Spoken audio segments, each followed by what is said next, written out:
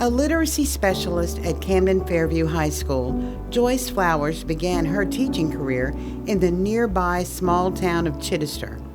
After nearly 50 years in the profession, she remains dedicated to teaching and is equally dedicated to encouraging others to pursue their goals and become teachers.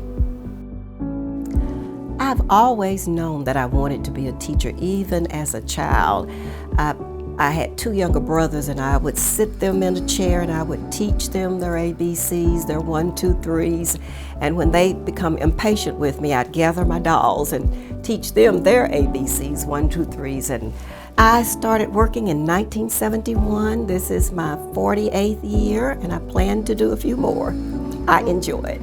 My first teaching job, as a matter of fact, was at my hometown, which is Chittister. It's about 15 miles up Highway 24, and I did my practice teaching there, and the teacher under whom I was doing my practice work retired, and the superintendent asked, "Do you want to teach in her place?" I said, "Definitely."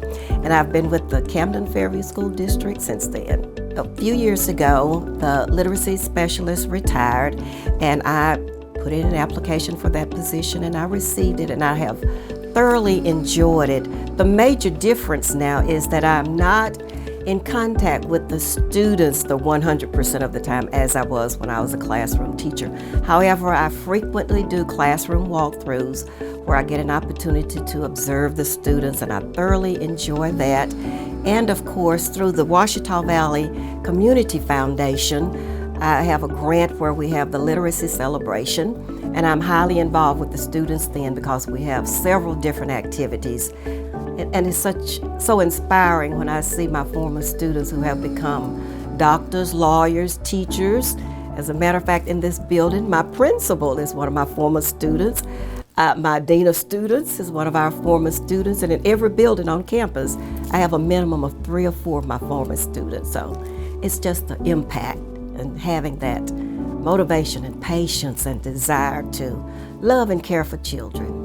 There are several parapros in our building, and I've been encouraging them. Some of them have degrees, and I've asked them to check with the co-op, to go online to the State Department, and read about those various ways as to how they can become a teacher.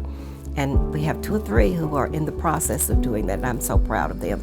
And they are former students, as a matter of fact. So, in reference to teaching so many students, here on campus, we have a teacher cadet program, and several of them are planning to become teachers.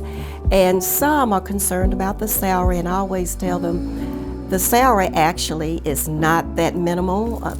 In many places, the salaries are great, and not to just consider salary, but the impact that's made.